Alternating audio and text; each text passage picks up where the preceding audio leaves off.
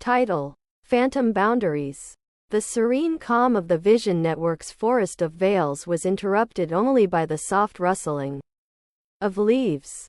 For most beings, the forest was a place of solace, where one could slip between dimensions with ease, traveling through hidden paths that connected realms unseen by human eyes.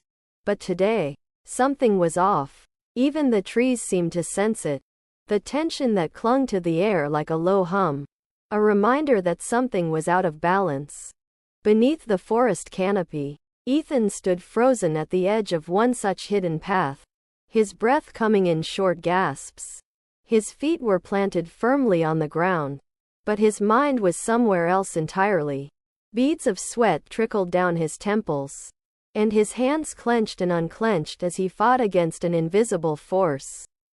To him, it was as if there was an impenetrable barrier ahead, one that no one else could see or feel. Ethan's being companion, Celine, watched him carefully. She had worked with humans for decades, and she recognized the signs immediately. The way he stood, rigid, his eyes darting nervously, his breath uneven. It was clear to her that Ethan was suffering from obsessive-compulsive disorder, or OCD.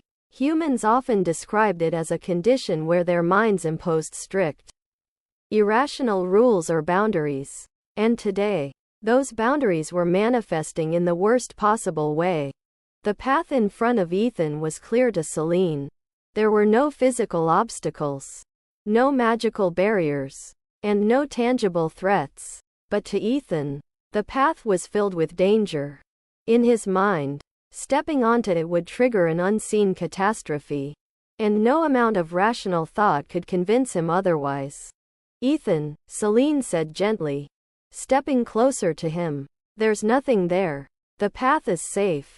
Ethan's jaw tightened. I know it's safe, he muttered, frustration lacing his voice. I know that, but I can't. Celine's gaze softened. She had seen this before, with other humans. Ethan's mind was caught in a loop, feeding him images of consequences that didn't exist. His fear wasn't of the forest, but of the uncontrollable thoughts that convinced him otherwise.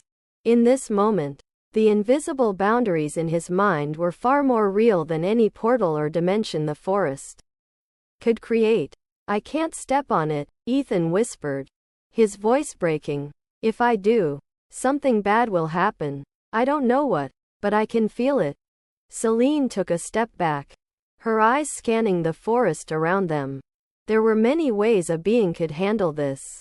She could clear the path, force Ethan through, or use a mystical trail to lead him out of his mental prison. But Celine preferred a different approach, one that would allow Ethan to face his mind without relying on her powers.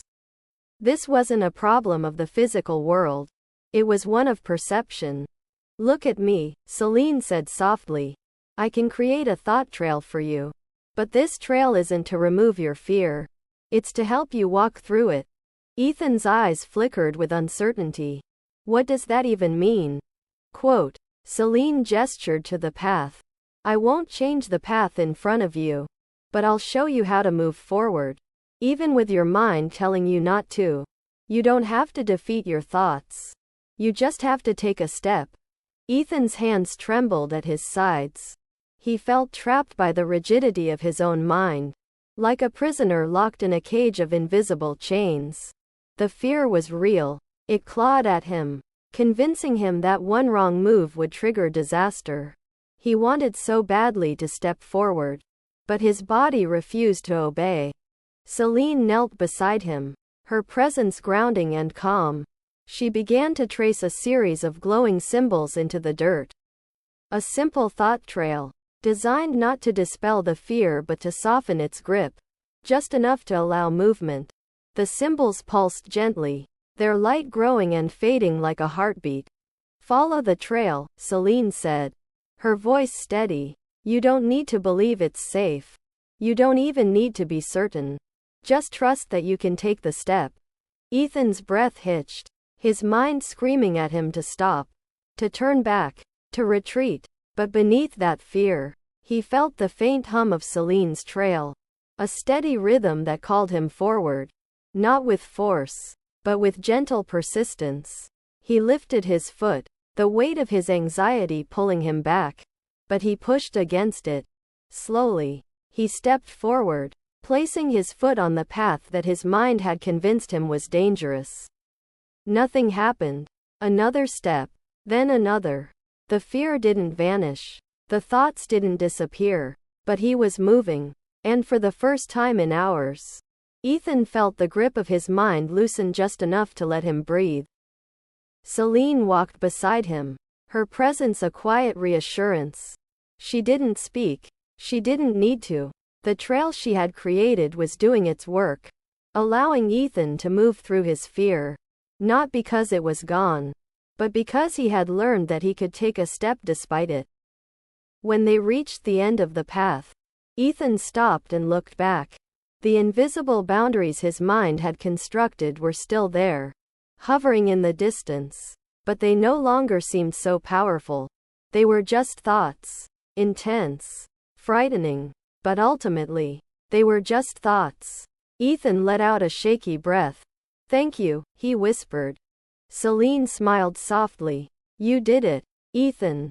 Not me. The trail was only a guide. You chose to walk it." Ethan nodded, still processing what had just happened. His mind wasn't cured.